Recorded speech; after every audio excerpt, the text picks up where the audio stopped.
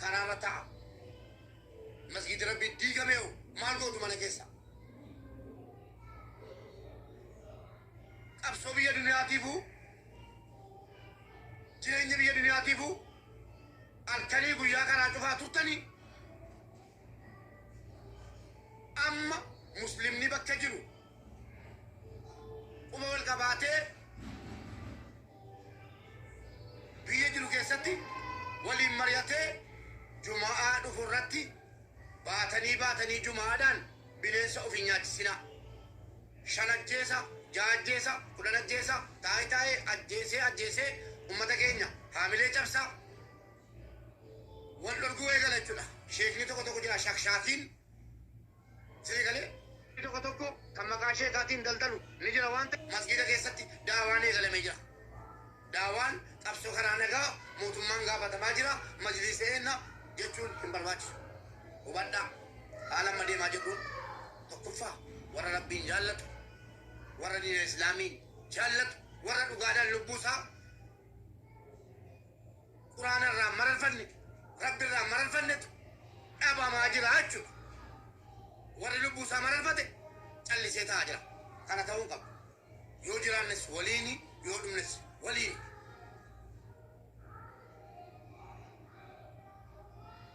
kanaaf jumaadhaan baanee hundi keessan koppiliin godha koppiliin ishee godha jumaadhaan baanee nama shaniin nama 10 du'uu mannaa bakkatti dhumuu wayya fedhu doozariidhaan isinirra ba'u fedhu waan barbaade isina godhu jumaa dhufurratti hundi keessan walii dhagaa jirtan namoonni 750 jumaa dhufurratti akka muslimni gadi ba'ee waliin galle دام سكان دام أفي مسلم نس إسلام ما ندون نمشي ما هالتيجو إسلام ما ندون كباجة نتيم بيكو نتوى الإسلام أمن تيجي نيرتي مسجد دي جماجرو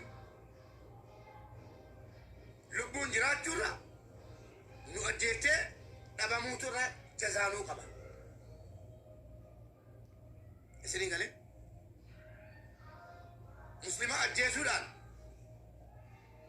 مسلمة هيدودان جيبين تاتو كان بودي موتم ما كان غافين امتي كارا نغاتين غافتم هنجرو أمني قدي بيه كارا تفو أنغوني موتم ما ربي صدادا ربي كيسا صدادا بي دنياتي حقا ربي سنجاج سنجاتو حقا ربي سنجاج سنجاتو موتم ما كن أمري سني دبلون دندو bor guyyaa qiyaamaa itti gaafatamuuf jirtu aangoonni mootummaa islaamaatu osoo mootummaa kan harka fudhatee muslimni ajjeefamuun qabu jedhe mootummaan kun silaa lama deebi'ee musliman ajjeesu dhugaan sinitti himaa aangoonni mootummaa aangoo mootummaarra kan rabbiitu caala wallaaltanii osoo hin taane beekaatu akkamitti obboleessa kee muslimaa gadi ba'ee karaa nagaatiin akka duwwaa gadi ba'ee sagaleen keenya nuuf dhaga'amu manna amantii keenyaa hin diigamin jedhee gaafatee ajjeefamee jennaan ati aangawoota mootummaa jedhamtee kursii gubbaa korsee teessa. Obboleessu wal yaadachiisuu malee wallaaltanii miti. Ittaqullaa rabbii keessa sodaadhaa. Rabbii keessa sodaadhaa. mootummaa kana wajjin dhaabattanii islaaman ficcisiisina yoo islaamaa waa gochuu dadhabdan illee harka keessan dhaabbadhaa ummata dhumaa wajjin dhaabadhaa warri kaleessa qabsoo wayyaanee keessatti qabsoo taasise hadha goota jedhamee seenaasaa dubbatamaa jira malee arrabsamaan jiru warrun tadda bulchan waamanii badhaasaa jiru walumaan argine jechuudha yeroo sana warri falme hattuudha ati barbaariidha shiftaadha jedhamee maqaan kennamee fi dhamaa ture adda garuu gaafa dhugaan ba'u gootota jedhame kanaafi obboleewwan keenya wanni kun akka inni dhufu yaadattu yoo ta'e tiktook irrattis feesbuuk irrattis torban lama moo guyyaa 10 dura dubbadheen ture wanni kun hin dhumne dubbadheen ture yaadattu yoo ta'e jechuudha. Dhimma jimaa Harargeetiif dhimma islaamaa wal qabsiisee irraa dubbadheen ture yaadattu yoo ta'e yaadadhaan dubbatanii biyaati yookaan feesbuukii yoo jalatti dhaqaa dhaggeeffadhaa guyyaa kudhaniin duran dubbadhee xiinxalee lafa isinii kaa'an haga wallaaluma kooti. Mootummaan kun kan inni jimaa Harargee kuffiseef ummanni Harargeedhaa amantaa islaamaatiif dugugguruu lafee dugdaatii ummata Harargee dhukaasa itti dhukaasurra akka jimaan biyya alaatti bahee hin gurguramne akka jimaan kisaaru akka inni gatii qabaanne gochuun wallaahi islaama balleessuudha. Sinitti meera xiinxalee tokko tokkoon lafa isinii kaa'ee jira. Ummata Harargee dugda dha'uun jimaa akkasitti gochuun islaama laaffisuu fi sababni isaa ummanni Harargee galiin isaa jimaadha. Galiidhuma jimaa kanaan obboleewwan keenya qiraatii dhaqan jimaa gurgureeti ijoollee keenya nu qanaasaa jira. Kanaaf Harargee irratti xiyyeeffatame.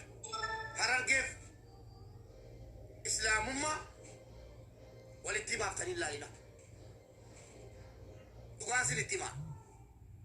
Biyya Itoophiyaa keessatti biyya abbaan fedhe quraanan qaraa jedhee harka duwwaa tiraanispoortii qofa godhatee makiinaa keessa bu'ee dhaqee keessatti bu'ee fudhatamee galamee tola nyaatee dhugee qara'ee ilmii baratee galu Harargee waan ta'eef dirqama amantaa keenya dadhabsiisuudhaaf ummata Harargee fokos gochuun dirqamatti ta'e. Kanaan duran dubbadhe waan ta'eef amman dubbadha. Ammas dhaamsa obboleewwan keenya muslimaa jumaa dhufu irratti yaannan qaba akka nama tokkotti akka islaama tokkotti jumaa dhufu irratti islaamni gadi ba'ee ol galuu hin qabu. Bakkatti gadi ba'ee haga deebii argatutti bakkee taa'ee dubartiin galaachitti taguurtu biyya jiru keessatti quba wal qabaatee akkasiin yoo ta'e malee qobaatti ba'uun hin ta'u. Islaamni Itoophiyaa keessa jiru qofti guyyaa tokkitti jumaataa yoo minxaafii isaa fudhatee gadi ba'ee salaatii ka'ee karaa makiinaa cufee ofumaa isaati. Dhagaadhaanii miti mukaanii miti.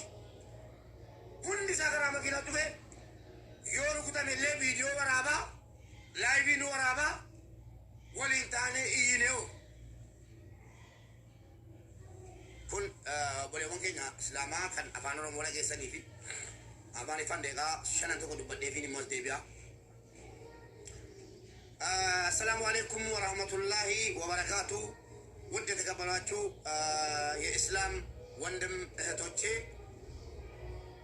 በአሁኑ ሰዓት ኢትዮጵያን እናስተዳድራለን ብሎ የተቀመጡ የሞኝ ስብስቦች እኔ እንደኔ የሞኝ ስብስቦች ብያቸዋለሁ። ለምን እነዚህ ሰዎች ማድረግ የፈለጉትን ነገር ለማድረግ ወደ ኋላ የማይሉ እንደሆነ ትግራይ ጭፍጨፋ ላይ ወለጋ ጭፍጨፋ ላይ ኢትዮጵያ ላይ በተለያዩ ክልል በተደረገው ጭፍጨፋ የዓለም መንግስታት ተው እያላቸው የፈለጉትን ነገር እያደረጉ እንደነበር ምንም አያከራክረንም። አሁን እስልምናን ለማጥፋት መጀመሪያ ሼኮቹን ማጥፋት ነው እንዳሉት አሁን መስጊዱን ነካክቶ 20 መስጊድ ብቻ አይደለም ገና 220 520 1020 መስጊድ ለማጣት ወንድሞቻችንን በሞት በማጣት እንገኛለን። ወንድሞቻችን እኔ አጭር መልእክት ነው ያለኝ። ይሄ መንግስት አደርጋለሁ ያለውን ነገር ሳያደርግ ትቶ አያውቅም። ይሄን አብረን እናውቃለን። ኸይርም ይሁን ሸርም ይሁን አደርጋለሁ ካለ የሚያቆመው ሰው የለም። መሳሪያ እጁ ላይ ስላለ ማለት ነው። ስለዛ ሙስሊሞች በያላችሁበት አገር ኢንሻአላህ ይመጣ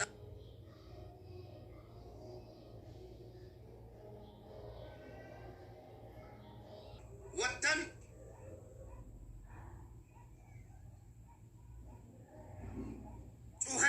ብቻ ሳይሆን ወጥተን ወንድሞቻችንን ያገኙትን ሸሂድ እናግኝ። በያለንበት ቦታ ወጥተን ጁምዓ ከሰገድን በኋላ ወደ ቤት መግባት ሳይሆን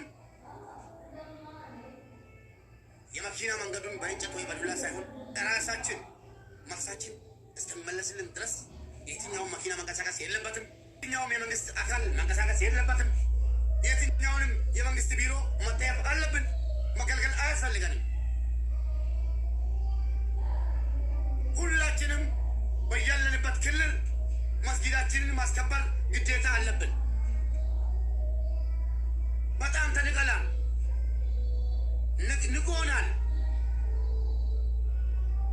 ምንም ነገር አታመጡም ብሎ ነው እንደዚህ በየሳምንቱ መስጊድ እያፈረሱ ወንድሞቻችንን እየገደሉ